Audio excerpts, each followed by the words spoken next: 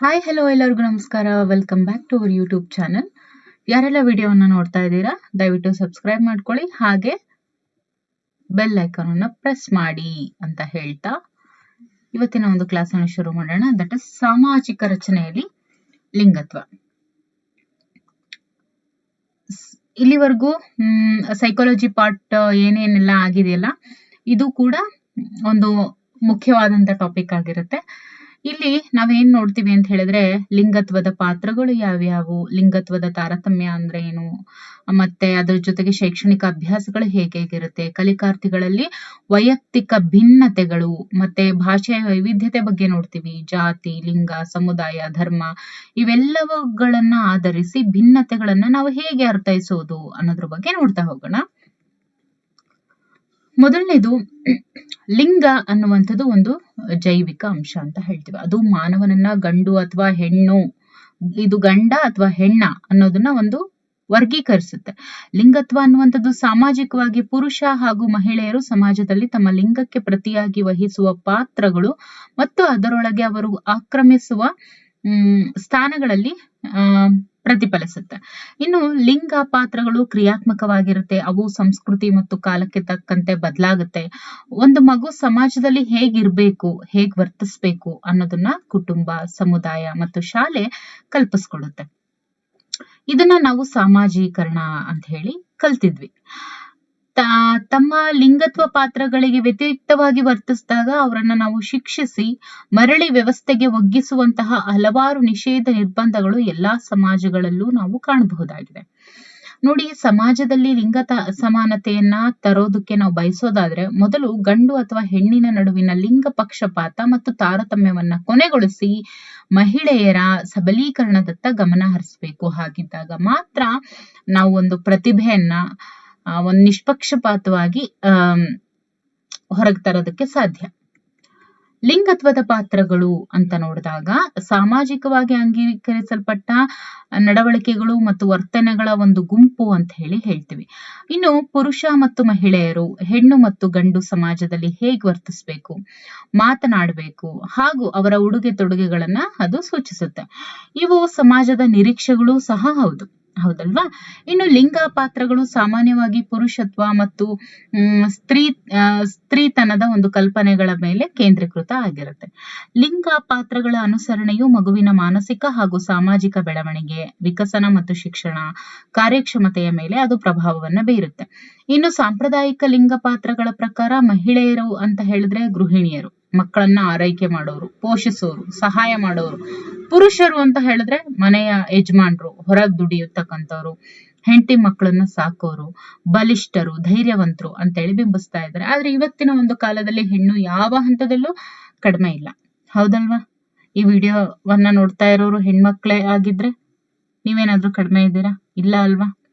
So ನೋಡಿ, ಪುರುಷರ ಚಟುವಟಿಕೆಗಳು ಬೇರೆ ಮತ್ತು ಮಹಿಳೆಯರ ಚಟುವಟಿಕೆಗಳು ಬೇರೆ ಅನ್ನೋದನ್ನ ಸ್ಪಷ್ಟವಾಗಿ ಸೂಚಿಸುವ ಚಟುವಟಿಕೆಗಳಿಗೆ ಒಡ್ಡಿಕೊಳ್ತಾ ಹೋದಂತೆ ಗಂಡಸುತನದ, ಹೆಣ್ತನದ ಭಾವನೆಗಳು ಹುಡುಗ ಹುಡುಗಿಯರ ಮನದಲ್ಲಿ ಅಚ್ಚು ಒತ್ತಿ ನಿಲ್ಲುತ್ತೆ.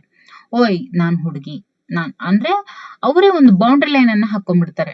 ನಾನು ಇಷ್ಟೇ ಮಾಡ್ಬೇಕು, ನಾನು ಇದರಿಂದ ಆಚೆಗೆ ಹೋಗ್ಬಾರ್ದು ಅನ್ನೋದನ್ನ ಅವರು ಅನ್ಕೋತಾರೆ. ಈ ಮೂಲಕ ಸಾಮಾಜಿಕ ಲಿಂಗೀಕರಣ ಅನ್ನುವಂಥದ್ದು ಉಂಟಾಗ್ತಾ ಹೋಗುತ್ತೆ. ಈ ರೀತಿ ರೆಸ್ಟ್ರಿಕ್ಷನ್ಸ್ ಉಂಟಾದಾಗ ಈಗ ಲಿಂಗ ತಾರತಮ್ಯ ಮತ್ತು ಶೈಕ್ಷಣಿಕ ಅಭ್ಯಾಸಗಳ ಬಗ್ಗೆ ನೋಡೋಣ.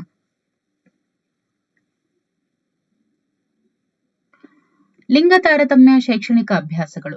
ಲಿಂಗ ತಾರತಮ್ಯ ಅಥವಾ ಪಕ್ಷಪಾತ ಅನ್ನುವಂಥದ್ದು ಯಾವುದಾದ್ರೂ ಒಂದು ಲಿಂಗದ ಕಡೆಗೆ ಆದ್ಯತೆ ತೋರಿಸುವಂತಹ ಪ್ರವೃತ್ತಿ ಆಗ್ಬಿಟ್ಟಿದೆ, ಅಥವಾ ನಿರ್ದಿಷ್ಟ ಲಿಂಗದ ವಿರುದ್ಧ ಪೂರ್ವಗ್ರಹವನ್ನ ಹೊಂದುವಂತಹ ಪ್ರವೃತ್ತಿ ಆಗಿದೆ.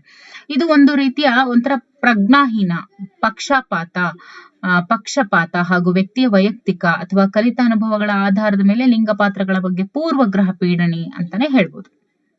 ಸಮಾನತೆ ಅನ್ನುವಂಥದ್ದು ಸಂವಿಧಾನದ ಪ್ರಮುಖ ತತ್ವ ಆಗಿದ್ರೂ ಕೂಡ ಅದ್ರ ಪ್ರಕಾರ ವ್ಯಕ್ತಿಯ ಲಿಂಗ ತಾರತಮ್ಯ ಅಥವಾ ಪಕ್ಷಪಾತಕ್ಕೆ ಕಾರಣವಾಗಬಾರದು, ಹೌದಲ್ವಾ.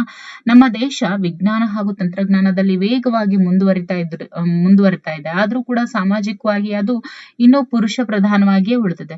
ಇನ್ನು ಮಹಿಳೆಯರಿಗೆ, ಪುರುಷರಿಗೆ ಸಮಾನವಾಗಿ ಎಲ್ಲಾ ಕ್ಷೇತ್ರಗಳಲ್ಲೂ ಸಮಾನವಾದ ಹಕ್ಕುಗಳನ್ನ ಸಂವಿಧಾನ ಕೊಟ್ಟಿದೆ. ಆದ್ರೂ ಕೂಡ ಸಮಾಜದಲ್ಲಿನ ರೂಢಿ ಸಂಪ್ರದಾಯಗಳು ಮಹಿಳೆ ದೈಹಿಕವಾಗಿ ಹಾಗೂ ಭಾವನಾತ್ಮಕವಾಗಿ ಪುರುಷರಿಗಿಂತ ಕೆಳಮಟ್ಟದ ದಕ್ಷತೆಯನ್ನ ಹೊಂದಿರ್ತಾಳೆ ಅನ್ನುವಂತಹ ಪೂರ್ವಗ್ರಹ ಆಲೋಚನೆಯಿಂದ ಬೆರಳೆಣಿಕೆಯಷ್ಟು ಮಹಿಳೆಯರು ಮಾತ್ರ ಉನ್ನತ ಮಟ್ಟದ ಉದ್ಯೋಗಗಳಲ್ಲಿ ಛಾಪನ್ನ ಮೂಡಿಸಿದ್ದಾರೆ. ನೋಡಿ, ಇವತ್ತಿನ ನಮ್ಮ ರಾಷ್ಟ್ರಪತಿಗಳು ಕೂಡ ಒಬ್ಬ ಮಹಿಳೆ. ಓಕೆ, ಮೊನ್ನೆ ಸ್ಪೇಸ್ಗೆ ಹೋಗಿ ಇನ್ನೂ ಬರೋದಕ್ಕೆ ಕಾಯ್ತಾ ಇರುವಂತ ಸುನೀತಾ ವಿಲಿಯಮ್ಸ್ ರವರು ಕೂಡ ಯಾರು? ಒಬ್ಬ ಮಹಿಳೆ. ನೋಡಿ, ಲಿಂಗ ಪಕ್ಷಪಾತ ಮತ್ತು ತಾರತಮ್ಯವನ್ನ ಕೊನೆಗೊಳಿಸುವುದು ಮಹಿಳೆಯರ ಸಬಲೀಕರಣಕ್ಕೆ ಮತ್ತು ಲಿಂಗ ಸಮಾನತೆಯ ಸಾಧನೆಗೆ ನಿರ್ಣಾಯಕವಾದಂತ ಹಂತ. ಅನಾದಿ ಕಾಲದಿಂದಲೂ ಕೂಡ ಮಹಿಳೆಯರು ಪುರುಷರಿಗೆ ಎಲ್ಲಾ ಕಾರ್ಯಚಟುವಟಿಕೆಗಳಲ್ಲಿ ಬೆನ್ನೆಲುಬಾಗಿ ನಿಂತು ಅವರ ಮತ್ತು ಅವರ ಕುಟುಂಬದ ಶ್ರೇಯೋಭಿವೃದ್ಧಿಗೆ ಶ್ರಮಿಸುತ್ತಾ ಬಂದಿರೋದನ್ನ ನಾವು ನೋಡಬಹುದು.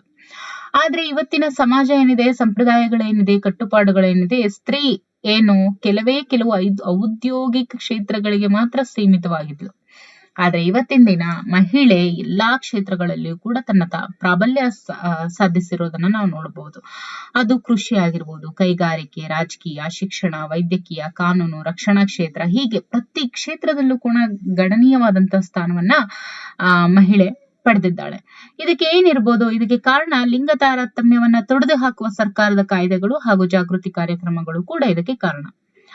ಆದ್ರೂ ಕೂಡ ಕೆಲವೊಂದು ಕ್ಷೇತ್ರಗಳಲ್ಲಿ ಮಹಿಳೆಯರು ಸಕ್ರಿಯವಾಗಿ ಪಾಲ್ಗೊಂಡ್ರು ಕೂಡ ಅವರನ್ನ ಗುರುತಿಸುವಂತಹ ಪ್ರಯತ್ನಗಳು ನಡೀತಾ ಇಲ್ಲ.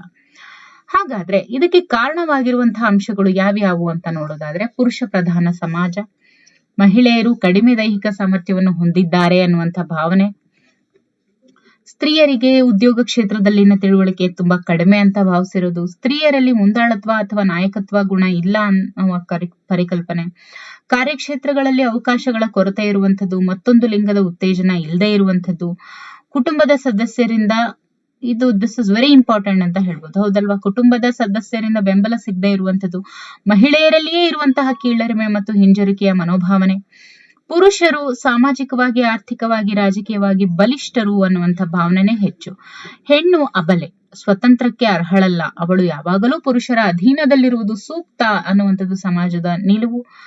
ಆಮೇಲೆ ಔದ್ಯೋಗಿಕವಾಗಿ ಯಾವುದೇ ಕೊಡುಗೆಗಳನ್ನ ಸ್ತ್ರೀಯರು ಸಮಾಜಕ್ಕೆ ನೀಡುವ ಸಾಮರ್ಥ್ಯ ಇಲ್ಲದಿರುವವರು ಅನ್ನುವಂಥದ್ದು ಮನೋಧಾರಣೆಯಾಗಿ ಬಿಟ್ಟಿದೆ. ಓಕೆ, ಇದು ಈ ಒಂದು ಲಿಂಗ ತಾರತಮ್ಯಕ್ಕೆ ಇರುವಂತಹ ಕಾರಣಗಳು ಅಂತ ನೋಡ್ಬೋದು. ಓಕೆ, ಇನ್ನು ಸಮಾಜದಲ್ಲಿ ಲಿಂಗ ತಾರತಮ್ಯ ಹೋಗಲಾಡಿಸುವಲ್ಲಿ ಶಿಕ್ಷಣದ ಪಾತ್ರ ಹಾಗೂ ಶೈಕ್ಷಣಿಕ ಅಭ್ಯಾಸಗಳು ಯಾವ್ಯಾವು? ನೋಡಿ, ಇವಾಗ ನಾವು ಪಾಯಿಂಟಿಗೆ ಬಂದ್ವಿ. ಏನಂತ? ಸಮಾಜದ ಆರೋಗ್ಯವನ್ನ ಕಾಪಾಡಬೇಕಾದ್ರೆ ಶಿಕ್ಷಣ ಅನ್ನುವಂಥದ್ದು ಬಹಳನೇ ಮುಖ್ಯ ಪಾತ್ರ ವಹಿಸುತ್ತೆ. ಶಾಲೆಯಲ್ಲಿ ಕಲಿಯುವಂತಹ ಕಲಿಕಾರ್ಥಿಗಳಲ್ಲಿ ಲಿಂಗ ತಾರತಮ್ಯ ಅಥವಾ ಅಸಮಾನತೆಯನ್ನ ಹೋಗಲಾಡಿಸಿ ಸಮಾನತೆಯನ್ನು ತರುವಲ್ಲಿ ಯಶಸ್ವಿಯಾಗಬೇಕು ಅಂದ್ರೆ ಈ ಕೆಳಕಂಡ ಶೈಕ್ಷಣಿಕ ಅಭ್ಯಾಸಗಳನ್ನ ಪ್ರತಿ ಶಾಲೆಯೂ ಕೂಡ ನಿರ್ವಹಿಸಬೇಕಾಗತ್ತೆ. ಪಠ್ಯಕ್ರಮ, ಬೋಧನಾ ವಿಧಾನ, ಶಿಕ್ಷಕರ ಮನೋಭಾವ, ತರಗತಿಯ ವಾತಾವರಣ, ಸಾಮೂಹಿಕ ಅಥವಾ ಗುಂಪು ಚಟುವಟಿಕೆಗಳಿಗೆ ಆದ್ಯತೆಯನ್ನ ನೀಡುವಂಥದ್ದು. ಇನ್ನು ಪಠ್ಯಕ್ರಮದ ವಿಷಯಕ್ಕೆ ಬಂದಾಗ ಶಾಲೆಯ ಪಠ್ಯಕ್ರಮ ಲಿಂಗ ಸಮಾನತೆಗೆ ಆದ್ಯತೆಯನ್ನ ನೀಡುವಂಥದ್ದಾಗಿರ್ಬೇಕು. ಬೋಧನಾ ವಿಧಾನಕ್ಕೆ ಬಂದ್ರೆ ಗಂಡು ಮಕ್ಕಳಿಗೆ ಆದ್ಯತೆ ನೀಡುವಂತಹ ಚಟುವಟಿಕೆಗಳು, ಅದ್ರ ಜೊತೆಗೆ ಬಾಲಕರನ್ನೇ ಅಥವಾ ಬಾಲಕಿಯರನ್ನೇ ಪ್ರಧಾನವಾಗಿಸುವ ಬೋಧನಾ ವಿಧಾನಗಳನ್ನ ಬಳಕೆ ಮಾಡಬಾರದು. ಎಲ್ಲಾ ವಿದ್ಯಾರ್ಥಿಗಳನ್ನು ಕೂಡ ಸಮಾನವಾಗಿ ಶಾಲಾ ಚಟುವಟಿಕೆಗಳಲ್ಲಿ ತೊಡಗಿಸಿಕೊಳ್ಬೇಕು. ಒಂದು ಲಿಂಗಕ್ಕೆ ಆದ್ಯತೆ ನೀಡುವ ಕಲಿಕಾ ಚಟುವಟಿಕೆಗಳನ್ನ ನಿಯಂತ್ರಿಸಬೇಕು. ಇನ್ನು ಶಿಕ್ಷಕರ ಮನೋಭಾವ, ಶಿಕ್ಷಕರು ವಿದ್ಯಾರ್ಥಿಗಳನ್ನ ತರಗತಿಯಲ್ಲಿ ಲಿಂಗ ಸಮಾನತೆಯನ್ನು ಅನುಸರಿಸಬೇಕು. ಎಲ್ಲಾ ವಿದ್ಯಾರ್ಥಿಗಳು ಕೂಡ ಶೈಕ್ಷಣಿಕ ಪ್ರಗತಿಯ ಕಡೆಗೆ ಗಮನ ಹರಿಸಬೇಕೇ ಹೊರತು ಲಿಂಗ ತಾರತಮ್ಯ ಮನೋಭಾವನೆಯನ್ನು ಹೊಂದಿರಬಾರದು.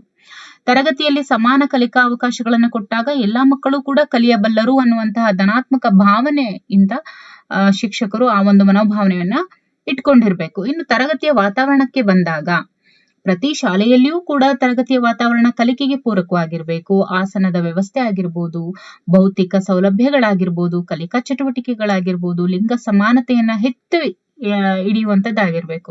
ಶಿಕ್ಷಕರು ಪಾಠ ಮಾಡುವಾಗ ಯಾವುದೇ ಲಿಂಗಕ್ಕೆ ಅವಮಾನ ಅಥವಾ ಕೀಳರಿಮೆ ಬರುವಂತಹ ಸನ್ನಿವೇಶವನ್ನ ಅಂತೂ ಸೃಷ್ಟಿ ಮಾಡಲೇಬಾರದು.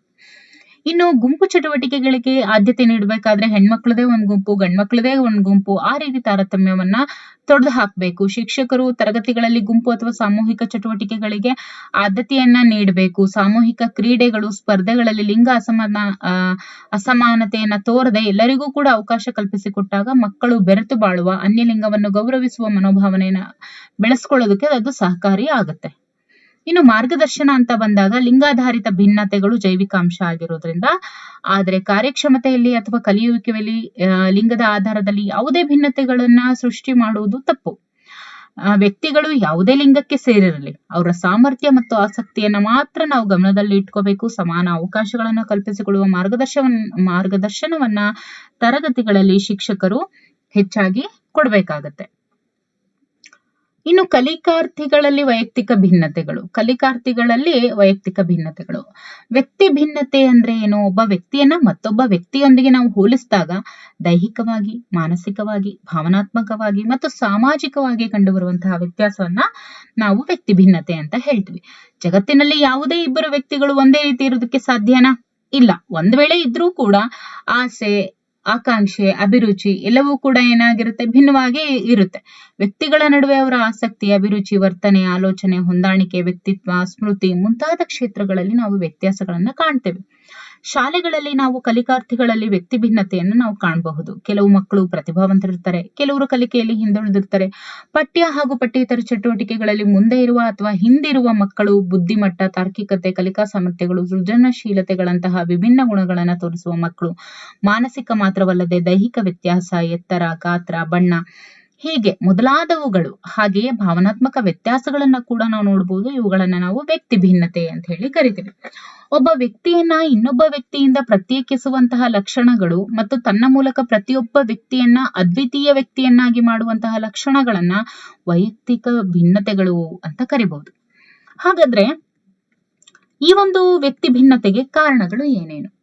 ನೋಡಿ, ವ್ಯಕ್ತಿ ಭಿನ್ನತೆಯ ಕಾರಣಗಳು ಅಂತ ಬಂದಾಗ ಒಂದು ಅನುವಂಶೀಯ ಕಾರಣ ಇದೆ, ಇನ್ನೊಂದು ಪರಿಸರದ ಕಾರಣ ಇದೆ, ಇನ್ನೊಂದು ಲೈಂಗಿಕ ಭಿನ್ನತೆಯ ಕಾರಣಗಳು, ಇನ್ನೊಂದು ವಯಸ್ಸಿನ ಅಂತರ. ಇವೆಲ್ಲವೂ ಕೂಡ ಇನ್ಫ್ಲೂಯೆನ್ಸ್ ಮಾಡ್ತಕ್ಕಂಥ ಫ್ಯಾಕ್ಟರ್ಸ್ ಆಗತ್ತೆ. ಓಕೆ, ಇದರಲ್ಲಿ ಮೊದಲನೇದಾಗಿ ಅನುವಂಶೀಯ ಕಾರಣಗಳು ಅಂತ ಬಂದಾಗ, ಅನುವಂಶಿತೆಯು ಒಂದು ಜೈವಿಕ ಪ್ರಕ್ರಿಯೆ ಆಗಿದೆ. ಮಾನವನ ವ್ಯಕ್ತಿತ್ವದ ಬೆಳವಣಿಗೆಯಲ್ಲಿ ಗಣನೀಯವಾದಂತಹ ಪಾತ್ರವನ್ನ ಇದು ವಹಿಸುತ್ತೆ. ಮಗು ಹುಟ್ಟಿನಿಂದನೇ ಕೆಲವು ಜೈವಿಕ ಹಾಗೂ ಮಾನಸಿಕ ಗುಣಲಕ್ಷಣಗಳನ್ನ ತಮ್ಮ ಪೂರ್ವಜರಿಂದ, ತಂದೆ ತಾಯಿಗಳಿಂದ ಪಡೆದುಕೊಂಡು ಬಂದಿರೋದನ್ನ ನಾವು ಅನುವಂಶೀಯತೆ ಅಂತ ಹೇಳ್ತೀವಿ. ಇನ್ನು ಇದಕ್ಕೆ ಸಂಬಂಧಪಟ್ಟಂತೆ ಪರಿಸರದ ಕಾರಣಗಳನ್ನ ನಾವು ನೋಡಿದಾಗ, ವ್ಯಕ್ತಿಯ ಹುಟ್ಟಿನಿಂದ ಮರಣದವರೆಗೂ ಕೂಡ ಅವನ ಮೇಲೆ ಪ್ರಭಾವ ಬೀರುವ ಎಲ್ಲಾ ರೀತಿಯ ಬಾಹ್ಯ ಅಂಶಗಳು ಪರಿಸರದ ವ್ಯಾಪ್ತಿಯಲ್ಲಿನೇ ಬರುತ್ತೆ. ಪರಿಸರ ಅನ್ನುವಂಥದ್ದು ವ್ಯಕ್ತಿಯ ಶಾರೀರಿಕ, ಮಾನಸಿಕ, ಸಂವೇಗಾತ್ಮಕ, ಸಾಮಾಜಿಕ ಹಾಗೂ ನೈತಿಕ ಗುಣ ಸ್ವಭಾವಗಳ ಮೇಲೆ ತನ್ನದೇ ಆದ ಪ್ರಭಾವವನ್ನ ಬೀರ್ತಾ ಹೋಗುತ್ತೆ. ಮಗುವಿನ ಮನೆಯ ವಾತಾವರಣ, ತಂದೆ ತಾಯಿಗಳ ಶಿಕ್ಷಣ ಮಟ್ಟ, ಆರ್ಥಿಕ ಪರಿಸ್ಥಿತಿ, ಶಾಲೆ, ಶಿಕ್ಷಕರು, ಸ್ನೇಹಿತರು, ಸಮಾಜ, ಸಮುದಾಯ, ಸಮೂಹ ಮಾಧ್ಯಮಗಳು ಮಗುವಿನ ವ್ಯಕ್ತಿತ್ವವನ್ನ ಪ್ರಭಾವಿಸ್ತವೆ. ಹೀಗೆ ಪರಿಸರ ವೈಯಕ್ತಿಕ ಭಿನ್ನತೆಗೆ ಕಾರಣ ಆಗ್ತಾ ಹೋಗುತ್ತೆ. ಇನ್ನು ಲೈಂಗಿಕ ಭಿನ್ನತೆಯ ಕಾರಣಗಳು ಅಂತ ನೋಡಿದಾಗ, ಲಿಂಗದ ಆಧಾರದಲ್ಲಿ ಸ್ತ್ರೀಯರು ಮತ್ತು ಪುರುಷರಲ್ಲಿ ಕಂಡುಬರುವಂತಹ ವ್ಯತ್ಯಾಸಗಳನ್ನ ಲೈಂಗಿಕ ಭಿನ್ನತೆ ಅಂತ ಹೇಳಿ ಕರಿತೀವಿ. ದೇಹದೊಳಗಿನ ಜೀವರಾಸಾಯನಿಕ ಕ್ರಿಯೆ ಹಾಗೂ ವಿವಿಧ ಹಾರ್ಮೋನ್ಗಳಿಂದ ಉಂಟಾಗುವಂತಹ ಭಿನ್ನತೆಗಳನ್ನ ನಾವು ಲೈಂಗಿಕ ಭಿನ್ನತೆಯ ಕಾರಣಗಳು ಅಂತ ಹೇಳ್ತೀವಿ. ಇನ್ನು ವಯಸ್ಸಿನ ಅಂತರಕ್ಕೆ ಬಂದಾಗ, ಮನುಷ್ಯನ ಜೀವನ ಪ್ರತಿ ಹಂತಗಳಲ್ಲಿಯೂ ವ್ಯಕ್ತಿ ಭಿನ್ನತೆಯನ್ನ ಕಾಣ್ತಾ ಹೋಗುತ್ತೆ. ನೋಡಿ, ಶೈಶಾವಸ್ಥೆ, ಬಾಲ್ಯಾವಸ್ಥೆ, ತಾರುಣ್ಯಾವಸ್ಥೆ, ಪ್ರೌಢಾವಸ್ಥೆ, ಇಳಿ ವಯಸ್ಸಿನಲ್ಲಿ ಸಹಜವಾಗಿ ದೈಹಿಕ, ಸಾಮಾಜಿಕ, ಮಾನಸಿಕ ಮತ್ತು ಸಂವೇದನಾತ್ಮಕ ಭಿನ್ನತೆಗಳನ್ನ ಕೂಡ ಕಾಣಬಹುದು. ಇವುಗಳನ್ನ ವಯಸ್ಸಿನ ಅಂತರದಲ್ಲಿ ನಾವು ನೋಡ್ತಾ ಹೋಗ್ಬೋದು. ಇನ್ನು ವೈಯಕ್ತಿಕ ಭಿನ್ನತೆಯ ಕ್ಷೇತ್ರಗಳು ಯಾವ್ಯಾವು ಅಂತ ನಾವು ನೋಡಿದಾಗ, ದೈಹಿಕ ಭಿನ್ನತೆಗಳು, ಮಾನಸಿಕ ಭಿನ್ನತೆಗಳು, ಸಂವೇಗಾತ್ಮಕ ಭಿನ್ನತೆಗಳು ಮತ್ತು ಶೈಕ್ಷಣಿಕ ಸಾಧನೆಯಲ್ಲಿನ ಭಿನ್ನತೆಗಳು. ನೋಡಿ, ದೈಹಿಕ ಭಿನ್ನತೆಗಳು ಅಂತ ಬಂದಾಗ ದೇಹದ ಎತ್ತರ, ಗಾತ್ರ, ತೂಕ, ಬಣ್ಣ, ರೂಪ, ಕೈಕಾಲುಗಳ ವಿನ್ಯಾಸಗಳಲ್ಲಿ ಭಿನ್ನತೆ ಎಲ್ಲಾ ವ್ಯಕ್ತಿಗಳಲ್ಲೂ ಕಂಡು ಬರುತ್ತೆ. ಇನ್ನು ಮಾನಸಿಕ ಭಿನ್ನತೆ ಅಂತ ಬಂದಾಗ ಬುದ್ಧಿ ಶಕ್ತಿ, ಗ್ರಹಣ ಶಕ್ತಿ, ವಿಚಾರ ಶಕ್ತಿ, ತಾರ್ಕಿಕ ಸಾಮರ್ಥ್ಯ, ಕಲ್ಪನಾ ಶಕ್ತಿ, ವಿವೇಚನೆ, ಸೃಜನಶೀಲತೆ, ಭಾಷಾ ಸಾಮರ್ಥ್ಯ ಮತ್ತು ಕ್ರಿಯಾತ್ಮಕ ಅಭಿವ್ಯಕ್ತಿ ಮೊದಲಾದವುಗಳಲ್ಲಿ ವ್ಯಕ್ತಿ ಭಿನ್ನತೆಯನ್ನು ಕಾಣ್ತೇವೆ. ಸಂವೇಗಾತ್ಮಕ ಭಿನ್ನತೆಗಳು ಅಂತ ಬಂದಾಗ ಪ್ರೀತಿ, ವಾತ್ಸಲ್ಯ, ಸಹಾನುಭೂತಿ, ಕರುಣೆ, ಸಂತೃಪ್ತಿ, ಕೋಪ, ದ್ವೇಷ, ಅಸೂಯೆ, ಅತೃಪ್ತಿಯ ಭಾವನೆ, ಧರ್ಮ, ದೇವರು, ಆಚಾರ ವಿಚಾರ, ರೂಢಿ ಈ ಎಲ್ಲಾ ಸಂಪ್ರದಾಯಗಳಲ್ಲಿ ನಾವು ವ್ಯಕ್ತಿ ಭಿನ್ನತೆಯನ್ನ ಕಾಣಬಹುದು. ಇನ್ನು ಶೈಕ್ಷಣಿಕ ಸಾಧನೆಯಲ್ಲಿನ ಭಿನ್ನತೆಗಳು ಅಂತ ಬಂದಾಗ, ಒಂದೇ ತರಗತಿಯಲ್ಲಿ ಒಂದೇ ವಯೋಮಾನಕ್ಕೆ ಸೇರಿರುವಂತಹ ಮಕ್ಕಳಲ್ಲಿ ಅವರ ಸಾಧನೆ ಸಾಮರ್ಥ್ಯಗಳಲ್ಲಿ ಬಹಳಷ್ಟು ವ್ಯತ್ಯಾಸಗಳು ಕಂಡು ಬರುತ್ತೆ. ಮಕ್ಕಳು ಒಂದೇ ಶಾಲೆಯಲ್ಲಿ ಶಿಕ್ಷಣ ಮತ್ತು ಅನುಭವಗಳನ್ನು ಪಡೆದಿದ್ರೂ ಕೂಡ ಅವರ ಶೈಕ್ಷಣಿಕ ಸಾಧನೆ, ಅವರು ಪಡೆದಿರುವಂತಹ ಜ್ಞಾನದಲ್ಲಿ ಇರುವಂತಹ ವ್ಯತ್ಯಾಸಗಳನ್ನ ನಾವು ಕಾಣಬಹುದು. ಕೆಲವು ಮಕ್ಕಳು ಪಠ್ಯ ಚಟುವಟಿಕೆಗಳಲ್ಲಿ ಮುಂದಿದ್ರೆ ಇನ್ ಕೆಲವರು ಪಠ್ಯೇತರ ಚಟುವಟಿಕೆಗಳಲ್ಲಿ ಮುಂದಿರ್ತಾರೆ. ನೋಡಿ, ಕೆಲವರಿಗೆ ಗಣಿತ ತುಂಬಾ ಸುಲಭ ಅನ್ಸಿದ್ರೆ ಇನ್ ಕೆಲವರಿಗೆ ಸೈನ್ಸ್ ತುಂಬಾ ಸುಲಭ ಅನ್ಸುತ್ತೆ. ಕೆಲವು ಮಕ್ಕಳು ಸಾಹಿತ್ಯದಲ್ಲಿ ಆಸಕ್ತಿಯನ್ನು ಒಳಗೊಂಡಿದ್ರೆ ಇನ್ ಕೆಲವರು ಭಾಷಾ ಕಲಿಕೆಯಲ್ಲಿ ಒಲವನ್ನ ತೋರ್ತಾರೆ. ಪರೀಕ್ಷೆಗಳಲ್ಲಿ ಗರಿಷ್ಠ ಹಾಗೂ ಕನಿಷ್ಠ ಅಂಕಗಳನ್ನು ಪಡೆಯುವ ಮಕ್ಕಳನ್ನು ಕೂಡ ನಾವು ಕಾಣಬಹುದು. ಇನ್ನು ಸಾಮಾಜಿಕ ಹಾಗೂ ನೈತಿಕ ವಿಕಾಸದಲ್ಲಿ ಆಗುವಂತಹ ವ್ಯತ್ಯಾಸಗಳನ್ನ ನೋಡೋದಾದ್ರೆ, ಮಾನವ ಒಬ್ಬ ಮಾನವ ಸಮಾಜ ಜೀವಿ ಮೀನ್ಸ್ ಸೋಷಿಯಲ್ ಬೀಯಿಂಗ್ ಅಂತ ಹೇಳ್ತೀವಿ. ಅಥವಾ ಆದ್ರೂ ಕೂಡ ನೋಡಿ, ಮಾನವ ಯಾವಾಗ್ಲೂ ಸಮಾಜಮುಖಿ ಆಗಿರೋದ್ರಿಂದ ಪ್ರತಿಯೊಬ್ಬ ವ್ಯಕ್ತಿಯಲ್ಲಿಯೂ ಸಾಮಾಜಿಕ ಸಂಬಂಧಗಳು ಭಿನ್ನವಾಗಿರ್ತವೆ. ಕೆಲವರು ಅಂತರ್ಮುಖಿಗಳಾದ್ರೆ ಮತ್ತೆ ಕೆಲವರು ಬಹಿರ್ಮುಖಿಗಳಾಗಿರ್ತಾರೆ. ವ್ಯಕ್ತಿಗಳ ನಡುವೆ ಪರಸ್ಪರ ಸಹಕಾರ, ಅಸಹಕಾರ, ಹೊಂದಾಣಿಕೆ, ಅಸಮಯೋಜನೆ, ವೇಷಭೂಷಣ, ನಡೆ, ನುಡಿ, ನಾಗರಿಕ, ಅನಾಗರಿಕ ವರ್ತನೆಗಳು ಕೂಡ ಇದಾವೆ. ಮೊದಲಾದ ಸಾಮಾಜಿಕ ಅಂಶಗಳಿಗೆ ಸಂಬಂಧಿಸಿದಂತಹ ಭಿನ್ನತೆಗಳು ಕೂಡ ಕಂಡು ಬರ್ತವೆ. ಕೆಲವು ವ್ಯಕ್ತಿಗಳು ನೈತಿಕ ಮೌಲ್ಯಗಳನ್ನ ಅಳವಡಿಸಿಕೊಂಡು ಅನುಸರಿಸಿದ್ರೆ ಮತ್ತೆ ಕೆಲವರು ಸಮಾಜ ವಿರೋಧಿ ಚಟುವಟಿಕೆಗಳಲ್ಲಿ ತೊಡಗಿಕೊಳ್ಳೋದನ್ನ ನಾವು ಕಾಣಬಹುದು. ಹಾಗಾದ್ರೆ ಕಲಿಕೆಯಲ್ಲಿ ಇರುವಂತಹ ವ್ಯತ್ಯಾಸಗಳೇನು ನೋಡಿ? ಒಂದು ತರಗತಿಯಲ್ಲಿ ಓದುತ್ತಿರುವಂತಹ ಎಲ್ಲಾ ಮಕ್ಕಳಲ್ಲಿ ಕಲಿಕೆಯ ಮಟ್ಟ ಒಂದೇ ರೀತಿ ಇರೋದಿಲ್ಲ. ಕೆಲವರು ಬೇಗ ಕಲಿತಾರೆ, ಇನ್ ಕೆಲವರು ನಿಧಾನವಾಗಿ ಕಲಿತಾರೆ. ಕೆಲವರು ಆವರೇಜ್ ಅಲ್ಲಿ ಇರ್ತಾರೆ, ಇನ್ ಕೆಲವರು ಸ್ಮೃತಿ ಶಕ್ತಿ ಹೆಚ್ಚಾಗಿದ್ರೆ ಇನ್ ಕೆಲವರಲ್ಲಿ ಮರವಿನ ಶಕ್ತಿ ಹೆಚ್ಚಾಗಿರುತ್ತೆ. ಮಕ್ಕಳ ಕಲಿಕಾ ಸಾಮರ್ಥ್ಯ, ಅವಧಾನ, ಪ್ರೇರಣೆ, ಪರಿಸರ, ಬುದ್ಧಿಶಕ್ತಿಯಲ್ಲಿ ಭಿನ್ನತೆಯನ್ನ ನಾವು ಕಾಣಬಹುದು. ಇನ್ನು ಮನೋಭಾವದಲ್ಲಿ ಭಿನ್ನತೆಯನ್ನು ಕೂಡ ನಾವು ನೋಡ್ತೀವಿ. ಒಬ್ಬ ವ್ಯಕ್ತಿ ಒಂದು ಸನ್ನಿವೇಶ ಹಾಗೂ ಒಂದು ವಸ್ತುವಿನ ಬಗ್ಗೆ ಎಲ್ಲರೂ ಒಂದೇ ರೀತಿಯ ಅಭಿಪ್ರಾಯವನ್ನ ಹೊಂದಿರೋದಿಲ್ಲ. ವ್ಯಕ್ತಿತ್ವದ ವಿಭಿನ್ನತೆಗಳು ಅಂತ ಬಂದಾಗ ವ್ಯಕ್ತಿ ಪರಿಸರದೊಂದಿಗೆ ತನ್ನದೇ ಆದ ವಿಶೇಷತೆಯೊಂದಿಗೆ ಹೊಂದಿಕೊಳ್ಳುವುದರಲ್ಲಿ ಸಹಾಯಕವಾಗಿರುವಂತಹ ವ್ಯಕ್ತಿಯಲ್ಲಿನ ದೈಹಿಕ ಮಾನಸಿಕ ಅಂಶಗಳ ಸಂಘಟನೆಯೇ ವ್ಯಕ್ತಿತ್ವ ಅಂತ ಹೇಳ್ತೀವಿ. ಈ ವ್ಯಕ್ತಿತ್ವದಲ್ಲಿಯೂ ಕೂಡ ನಾವು ವಿಭಿನ್ನತೆಯನ್ನ ಕಾಣಬಹುದು. ಕೆಲವರು ಸಮಾಜದ ಬಗೆಗೆ ಕಳಕಳಿ ಹೊಂದಿರುವವರಾಗಿದ್ರೆ ಮತ್ತೆ ಕೆಲವರು ಸಮಾಜ ಘಾತುಕರನ್ನು ಕೂಡ ನಾವು ನೋಡ್ಬೋದು, ಹೌದಲ್ವಾ? ಇನ್ನು ಭಾಷೆಯ ವೈವಿಧ್ಯತೆ, ಜಾತಿ, ಲಿಂಗ, ಸಮುದಾಯ, ಧರ್ಮ ಇವುಗಳನ್ನ ಆಧರಿಸಿ ಭಿನ್ನತೆಗಳನ್ನ ನಾವು ಅರ್ಥ ಮಾಡ್ಕೊಳ್ಳೋದಾದ್ರೆ, ತರಗತಿಯಲ್ಲಿನ ವೈವಿಧ್ಯತೆಯು ವಿದ್ಯಾರ್ಥಿಗಳ ನಡುವಿನ ಸಾಮಾಜಿಕ ಗುರುತುಗಳಲ್ಲಿನ ವ್ಯತ್ಯಾಸಗಳನ್ನ ಅದು ನಮಗೆ ತೋರಿಸುತ್ತೆ. ವಯಸ್ಸು, ಸಾಮಾಜಿಕ ಆರ್ಥಿಕ ಸ್ಥಿತಿ, ಲಿಂಗ ಗುರುತು, ಜಾತಿ, ಜನಾಂಗ, ಅಭಿವ್ಯಕ್ತಿ, ದೃಷ್ಟಿಕೋನ, ಅಂಗವಿಕಲತೆ ಮತ್ತು ರಾಷ್ಟ್ರೀಯತೆಯ ವ್ಯತ್ಯಾಸಗಳನ್ನ ಒಳಗೊಂಡಿರುತ್ತೆ. ಅವರನ್ನ ಗುರುತಿಸಿ ಅವರ ವ್ಯಕ್ತಿತ್ವದ ಭಿನ್ನತೆಯನ್ನ ಆಧರಿಸಿ ಬೋಧನಾ ಕಲಿಕಾ ಪ್ರಕ್ರಿಯೆಯಲ್ಲಿ ತೊಡಗಿಸಿಕೊಳ್ಳಬೇಕಾದ ಮತ್ತು ತಮ್ಮ ವ್ಯತ್ಯಾಸಗಳನ್ನ ಸ್ವೀಕರಿಸೋದಕ್ಕೆ ವಿದ್ಯಾರ್ಥಿಗಳಿಗೆ ಕಲಿಸುವುದು ಕೂಡ ಶಿಕ್ಷಕರ ಮುಖ್ಯ ಕರ್ತವ್ಯ ಆಗಿರ್ಬೇಕು.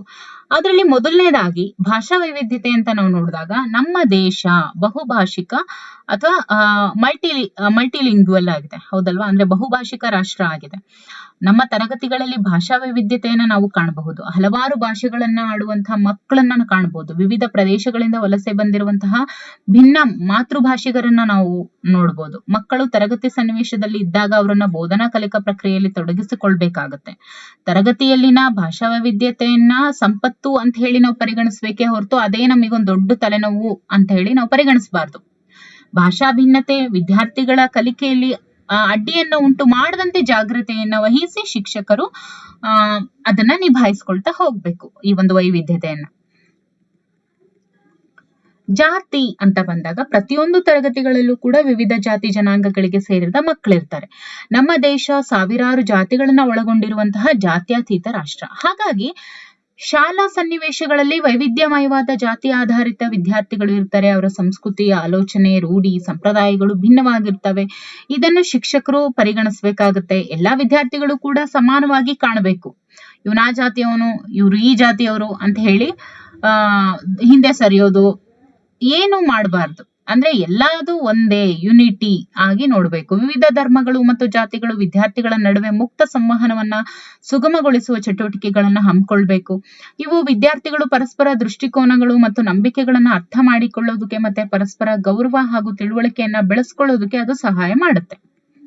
ಇನ್ನು ಲಿಂಗತ್ವ ಅಂತ ಬಂದಾಗ ನೋಡಿ, ಲಿಂಗತ್ವವು ಸಾಮಾಜಿಕ ಪ್ರಕ್ರಿಯೆ ಆಗಿದೆ. ಸಮಾಜದಲ್ಲಿ ಗಂಡು ಮತ್ತು ಹೆಣ್ಣನ್ನ ಪ್ರತ್ಯೇಕಿಸಿ ಈ ಎರಡು ವರ್ಗಗಳಿಗೆ ನೀಡುವಂತಹ ಸಾಮಾಜಿಕ ಪಾತ್ರಗಳ ವಿಶ್ಲೇಷಣೆ ಆಗಿದೆ ಲಿಂಗತ್ವ ಅನ್ನುವಂಥದ್ದು. ಒಂದು ಸಾಮಾಜಿಕ ಸನ್ನಿವೇಶದಲ್ಲಿ ಪ್ರಾಧಾನ್ಯತೆ ಹೊಂದಿರುವಂತಹ ಲಿಂಗವೇ ಅಲ್ಲಿನ ಲಿಂಗತ್ವ ಅಂತ ಹೇಳ್ಬೋದು. ನೋಡಿ, ಒಂದು ಸಾಮಾಜಿಕ ಸನ್ನಿವೇಶದಲ್ಲಿ ಪ್ರಾಧಾನ್ಯತೆ ಹೊಂದಿರುವಂತಹ ಲಿಂಗವೇ ಲಿಂಗತ್ವ ಅಂತ ಹೇಳ್ತೀವಿ. ನಮ್ಮ ದೇಶಕ್ಕೆ ಅನ್ವಯಿಸುವಂತೆ ವಿವಿಧ ರಾಜ್ಯಗಳಲ್ಲಿ ಲಿಂಗತ್ವದ ಪ್ರಾತಿನಿಧ್ಯತೆಯಲ್ಲಿ ವ್ಯತ್ಯಾಸ ಇದೆ. ಅಂತಹ ವಿದ್ಯಾರ್ಥಿಗಳು ಶಾಲಾ ಸನ್ನಿವೇಶದಲ್ಲಿ ಇದ್ದಾಗ ಅವರನ್ನ ಗುರುತಿಸಬೇಕಾಗಿರೋದು ಕೂಡ ನಾವು ಅಂದ್ರೆ ನಮ್ಮ ಶಿಕ್ಷಕರ ಕರ್ತವ್ಯ, ಅಥವಾ ನಾವು ಶಿಕ್ಷಕರಾಗಿ ನಾವು ಆ ಕರ್ತವ್ಯವನ್ನ ಮಾಡಬೇಕು. ಇನ್ನು ಸಮುದಾಯ ಮತ್ತು ಧರ್ಮ. ಶಾಲಾ ಸನ್ನಿವೇಶದಲ್ಲಿ ವೈವಿಧ್ಯಮಯ ಸಮುದಾಯದ ಮತ್ತು ಧರ್ಮದ ವಿದ್ಯಾರ್ಥಿಗಳಿದ್ದು ಅವರ ರೂಢಿ ಸಂಪ್ರದಾಯಗಳು, ನಂಬಿಕೆ, ಆಚರಣೆ ಭಿನ್ನವಾಗಿದ್ದು ಅವುಗಳನ್ನು ನಾವು ಅರ್ಥೈಸ್ಕೊಳ್ಬೇಕು. ಈ ರೀತಿಯಾಗಿ ಎಲ್ಲ ಮಾಡಿದಾಗ ನಾವು ಈ ವೈಯಕ್ತಿಕ ಭಿನ್ನತೆ ಏನಿದೆ ಅದನ್ನ ನಾವು ಪೋಷಣೆ ಮಾಡ್ದಂಗ ಆಗುತ್ತೆ. ಇನ್ನು ಲಿಂಗತ್ವ ನೆಲೆಯಲ್ಲಿ ಪಠ್ಯ ಪುಸ್ತಕಗಳ ಪರಿಶೀಲನೆ. ನೋಡಿ, ಇಲ್ಲಿವರೆಗೂ ನೀವೇನ್ ನೋಡ್ತಾ ಇದ್ರಿ, ಇದೇನು ಸುಮ್ನೆ ಟೆಕ್ಸ್ಟ್ ತರ ಇದೆ, ಅದು ತುಂಬಾ ನೋಡಿ, ಇವಾಗ ಕನ್ನಡ ವೆರಿ ಈಸಿ ಲ್ಯಾಂಗ್ವೇಜ್, ಮಾತೃಭಾಷೆ ಅಂತ ಹೇಳ್ತೀವಿ. ನಾನು ಇವಾಗ ಏನೆಲ್ಲ ಹೇಳ್ತಾ ಹೋದೆ ಅದು ನಿಮಗೆ ಈಸಿಯಾಗಿ ಮೈಂಡ್ ಅಲ್ಲಿ ಹೋಗಿದೆ ಅಲ್ವಾ. ಇದ್ರ ಮೇಲೆ ಯಾವುದೇ ಪ್ರಶ್ನೆ ಬರ್ಲಿ, ಜೆಂಡರ್ ಮೇಲೆ ಯಾವುದೇ ಪ್ರಶ್ನೆ ಬರ್ಲಿ, ನೀವು ತುಂಬಾ ಈಸಿಯಾಗಿ ಆನ್ಸರ್ ಮಾಡ್ತೀರಾ MCQs ನ. ಹಾಗಾಗಿ ಫಸ್ಟ್ ನಾವೇನ್ ಮಾಡ್ಬೇಕು, ಏನ್ ಮಾಡ್ಬೇಕು, ಫಸ್ಟ್ ಥಿಯರಿನ ಓದ್ಕೋಬೇಕು. ಅದಾದ ನಂತರ MCQs ನ ಸಾಲ್ವ್ ಮಾಡ್ತಾ ಹೋದ್ರೆ ಅದ್ರ ಬಗ್ಗೆ ಜಾಸ್ತಿ ಅನಲೈಸ್ ಮಾಡ್ದಂಗ ಆಗುತ್ತೆ ನೀವು. ಓಕೆ, ಲಿಂಗತ್ವ ನೆಲೆಯಲ್ಲಿ ಪಠ್ಯ ಪುಸ್ತಕಗಳ ಪರಿಶೀಲನೆ. ನೋಡಿ, ನಮ್ಮ ತರಗತಿಗಳಲ್ಲಿ ಪಠ್ಯ ಪುಸ್ತಕಗಳು ಜ್ಞಾನದ ಏಕೈಕ ಮೂಲ ಅಂತ ಹೇಳಿ ಪರಿಗಣಿಸಿದೆ. ಈ ಪಠ್ಯವನ್ನ ರಚಿಸಬೇಕಾದ್ರೆ ವಿದ್ಯಾರ್ಥಿಗಳ ವಯಸ್ಸು, ತರಗತಿ ಸಾಮರ್ಥ್ಯ, ಗ್ರಹಿಕೆಯ ಮಟ್ಟ, ಸಮಾಜದ ನೀತಿಗಳು, ಸಂವಿಧಾನದ ಆಶಯಗಳು ಮತ್ತು ಲಿಂಗ ಸಂವೇದನೆಯನ್ನ ಗಮನದಲ್ಲಿ ಇಟ್ಕೋಬೇಕಾಗುತ್ತೆ. ಪಠ್ಯ ಪುಸ್ತಕಗಳು ಮಾಹಿತಿ ಪ್ರಸಾರವನ್ನ ಮಾಡೋದಲ್ಲದೆ ನಮ್ಮ ಸಾಮಾಜಿಕ ವಾಸ್ತವಗಳಿಗೂ ಕೂಡ ಕನ್ನಡಿಯನ್ನ ಹಿಡಿಯುತ್ತೆ. ಹೀಗಾಗಿ ಪಠ್ಯವನ್ನ ರಚಿಸುವಾಗ ಈ ಕೆಳಗಿನ ಅಂಶಗಳನ್ನ ಗಮನದಲ್ಲಿ ಇಟ್ಕೋಬೇಕು. ಯಾವುವು ಅವೆಲ್ಲ? ಮೊದಲನೇದಾಗಿ, ಪಠ್ಯ ಪುಸ್ತಕಗಳು ಸಾಮಾಜಿಕ ವಾಸ್ತವವನ್ನ ಬಿಂಬಿಸಬೇಕು. ಪಠ್ಯ ಪುಸ್ತಕದಲ್ಲಿನ ಪಾಠಗಳು, ವಿಷಯ ನಿರೂಪಣೆ, ಚಿತ್ರಗಳು, ಬಳಸುವಂತಹ ಉದಾಹರಣೆಗಳು, ಅಭ್ಯಾಸ ಕಾರ್ಯಗಳು ಲಿಂಗ ಸಂವೇದನೆಯಿಂದ ಕೂಡಿರಬೇಕು. ಮತ್ತೆ ಪರಂಪರಾಗತ ಪುರುಷ ಪ್ರಧಾನ ಮೌಲ್ಯಗಳನ್ನ ಎತ್ತಿ ಹಿಡಿಯದೆ ಸ್ತ್ರೀ ಸಮಾನತೆಯನ್ನು ಬಿಂಬಿಸಬೇಕು. ಸಾಮಾಜಿಕ ಬದಲಾವಣೆಗೆ ಎಡೆ ಕೊಡುವಂತೆ ಇರಬೇಕು. ಮಹಿಳೆಯರಲ್ಲಿ ಲಿಂಗತ್ವ ಪಡಿಯಚ್ಚುಗಳನ್ನೇ ಹಿಡಿಯುವಂತೆ ಇರಬೇಕು. ಹಿಡಿಯದಂತೆ ಇರಬೇಕು. ಲಿಂಗತ್ವ ಪಡಿಯಚ್ಚುಗಳನ್ನೇ, ಮಹಿಳೆಯರ ಲಿಂಗತ್ವ ಪಡಿಯಚ್ಚುಗಳನ್ನೇ ಎತ್ತಿ ಹಿಡಿಯದಂತೆ ಇರಬೇಕು. ಸಾಮಾಜಿಕ ಕಾರ್ಯಗಳಲ್ಲಿ, ದೇಶದ ಅಭಿವೃದ್ಧಿಯಲ್ಲಿ ಸ್ತ್ರೀಯರ ಪಾತ್ರವನ್ನ ಮಕ್ಕಳಿಗೆ ಮನದಟ್ಟು ಮಾಡಬೇಕು. ಅದ್ರ ಮೂಲಕ ನಾವು ಹೆಣ್ಣು ಮಕ್ಕಳಿಗೆ ಅವರ ಒಂದು ರುಚಿ, ಯಾವುದೇ ಒಂದು ಅಭಿವ್ಯಕ್ತಿ ಆಗಿರ್ಬೋದು, ಅಭಿರುಚಿಗಳನ್ನಾಗಿರ್ಬೋದು, ನಾನು ಕೂಡ ಹೀಗ್ ಮಾಡಬಲ್ಲೆ ಅನ್ನುವಂತ ಒಂದು ಮನಸ್ಥೈರ್ಯವನ್ನ ಬೆಳೆಸುವಂತೆ ಇರ್ಬೇಕು. ಇನ್ನು ಸ್ತ್ರೀಯರ ಸಾಧನೆ ಮತ್ತು ದುಡಿಮೆಯನ್ನ ಗೌರವಿಸುವಂತಹ ಪಾಠಗಳೇ ಇರಬೇಕು. ಮಕ್ಕಳು ತಮ್ಮ ಲಿಂಗತ್ವ ಪಾತ್ರಗಳನ್ನ ಹೊಸ ದೃಷ್ಟಿಯಿಂದ ನೋಡೋದಕ್ಕೆ ಅನುವು ಮಾಡಿಕೊಡುವಂತೆ ಇರಬೇಕು. ಇನ್ನು ಮಹಿಳೆಯರ ಬಗೆಗಿನ ಪಡಿಯಚ್ಚುಗಳನ್ನ, ಪೂರ್ವಗ್ರಹಗಳನ್ನ, ಅಪಕಲ್ಪನೆಗಳನ್ನ ಪ್ರಶ್ನಿಸುವ, ವಿಮರ್ಶಾತ್ಮಕವಾಗಿ ವಿವೇಚಿಸುವಂತಹ ಪಠ್ಯವನ್ನು ಕೂಡ ಕೊಡಬೇಕು. ಜೊತೆಗೆ ಪಠ್ಯವಸ್ತುವಿನಲ್ಲಿ ವೈವಿಧ್ಯಮಯ ಧರ್ಮಗಳು, ಆಚಾರ ವಿಚಾರಣೆಗಳನ್ನ ಎಲ್ಲರಿಗೂ ತಿಳಿಸ್ಬೇಕು. ಸಹಧರ್ಮಗಳ ನೀತಿ ನಿಯಮಗಳನ್ನ ವಿನಿಮಯಿಸಿ ಪರಸ್ಪರ ಗೌರವಿಸಬೇಕು. ಧಾರ್ಮಿಕ ಹಿನ್ನೆಲೆಯಲ್ಲಿ ಸ್ತ್ರೀ ಪುರುಷರ ಸ್ಥಾನಮಾನ ಆಗಬೇಕಾದಂತಹ ಬದಲಾವಣೆಗಳ ಬಗ್ಗೆ ಚರ್ಚೆ ಮಾಡುವಂತಹ ಅವಕಾಶವನ್ನು ಕಲ್ಪಿಸಬೇಕು. ಲಿಂಗತ್ವ ಪೂರ್ವಗ್ರಹಗಳು ಪಠ್ಯಪುಸ್ತಕಗಳಲ್ಲಿ ಕಂಡು ಬಂದಂತೆ ಎಚ್ಚರ ವಹಿಸಬೇಕು. ಲಿಂಗತ್ವ ಪೂರ್ವಗ್ರಹಗಳು ಪಠ್ಯಪುಸ್ತಕಗಳಲ್ಲಿ ಕಂಡು ಬರದಂತೆ ಎಚ್ಚರ ವಹಿಸಬೇಕು. ಓಕೆ, ಅದು ಬಂದಂತೆ ಇದೆ, ದಟ್ ಇಸ್ ಬರದಂತೆ. ಅದು ಓಕೆ, ಬರದಂತೆ. ಇನ್ನು ಶಾಲಾ ಹಂತದಲ್ಲಿ ಹೆಣ್ಣು ಮಕ್ಕಳ ಆತ್ಮಾಭಿಮಾನ ಹಾಗೂ ಧನಾತ್ಮಕ ಸ್ವಬಿಂಬ ರೂಪಿಸಿಕೊಳ್ಳುವಂತಹ ಪಠ್ಯ ವಿಚಾರವನ್ನ ಅಳವಡಿಸಿಕೊಳ್ಬೇಕು. ಸ್ತ್ರೀಯರ ಆತ್ಮಾಭಿಮಾನಕ್ಕೆ ಧಕ್ಕೆ ತರುವಂತಹ ಯಾವುದೇ ಪೌರಾಣಿಕ, ಐತಿಹಾಸಿಕ ಸ್ತ್ರೀ ಪಾತ್ರಗಳನ್ನ ಪರಿಚಯಿಸದೇ ಇರೋದೇ ಉತ್ತಮ. ಅಂದ್ರೆ ಸ್ತ್ರೀಯರ ಆತ್ಮಾಭಿಮಾನಕ್ಕೆ ಧಕ್ಕೆ ತರುವಂತಹ ಯಾವುದೇ ಒಂದು ಪೌರಾಣಿಕ ಆಗಿರ್ಬೋದು, ಐತಿಹಾಸಿಕ ಸ್ತ್ರೀ ಪಾತ್ರಗಳು ಯಾವ್ದಾದ್ರು ಇದ್ರೆ ಅಂತವುಗಳನ್ನ ಪರಿಚಯ ಮಾಡಬಾರ್ದು. ಆತ್ಮಾಭಿಮಾನಕ್ಕೆ ಶಕ್ತಿ ಕೊಡುವಂತದ್ದನ್ನ ಪರಿಚಯಿಸಬೇಕೇ ಹೊರತು ಆತ್ಮಾಭಿಮಾನಕ್ಕೆ ನೋಡಿ ಧಕ್ಕೆ ತರುವಂತದ್ದನ್ನ ಪರಿಚಯಿಸಬಾರದು. ಓಕೆ, ಉದ್ಯೋಗ ಕ್ಷೇತ್ರದಲ್ಲಿ ವಿವಿಧ ಜವಾಬ್ದಾರಿಗಳನ್ನ ಹೊತ್ತು ದುಡಿಯುತ್ತಿರುವಂತಹ ಸ್ತ್ರೀ ಪಾತ್ರಗಳನ್ನು ಪಠ್ಯದಲ್ಲಿ ಪರಿಚಯಿಸಬೇಕು. ಜೊತೆಗೆ ಪಠ್ಯದಲ್ಲಿ ಬಳಸುವ ಪಠ್ಯದಲ್ಲಿ ಕೊಡುವಂತಹ ನಿದರ್ಶನಗಳು ಲಿಂಗತ್ವ ಸ್ನೇಹಿ ಅಥವಾ ಲಿಂಗತ್ವ ತಟಸ್ಥವಾಗಿ ಇರಬೇಕು. ಬಳಸುವ ಭಾಷೆಯಲ್ಲಿ ಲಿಂಗತ್ವ ಪೂರ್ವಗ್ರಹ ಹಾಗೂ ತಾರತಮ್ಯ ಇಲ್ಲದಿರುವಂತೆ ಎಚ್ಚರ ವಹಿಸಬೇಕು.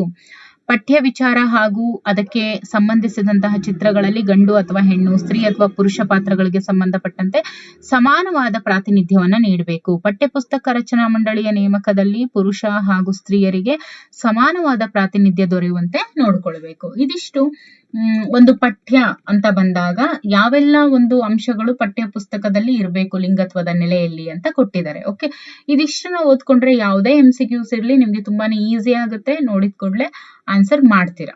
ಓಕೆ, ಇನ್ನು ಇದರ ಒಂದು ಮುಂದುವರಿದ ಭಾಗ ಯಾವುದು ಅಂತ ಹೇಳಿದ್ರೆ ದಟ್ ಈಸ್ ಮೌಲ್ಯಮಾಪನ ಅಂತ ಹೇಳ್ತೀವಿ. ಓಕೆ, ಅದನ್ನ ನಾವು ನೆಕ್ಸ್ಟ್ ಕ್ಲಾಸ್ ಅಲ್ಲಿ ನೋಡೋಣ. Thank you for watching our video. ಯಾರೆಲ್ಲ ಈ ವಿಡಿಯೋ ನೋಡಿದಿರೋ ದಯವಿಟ್ಟು ಸಬ್ಸ್ಕ್ರೈಬ್ ಮಾಡಿ. ಹಾಗೆ ಯಾವೆಲ್ಲ ಒಂದು ವಿಷಯದ ಬಗ್ಗೆ ನೀವು ಟಾಪಿಕ್ಸ್ ಅನ್ನ ಎಕ್ಸ್ಪೆಕ್ಟ್ ಮಾಡ್ತೀರಾ GPSTR ಗೆ HSTR ಗೆ ಸಂಬಂಧಪಟ್ಟಂತೆ ಅನ್ನೋದನ್ನ ನೀವು ಕಮೆಂಟ್ ಸೆಕ್ಷನ್ ಅಲ್ಲಿ ಕಮೆಂಟ್ ಮಾಡಿ. Okay, thank you.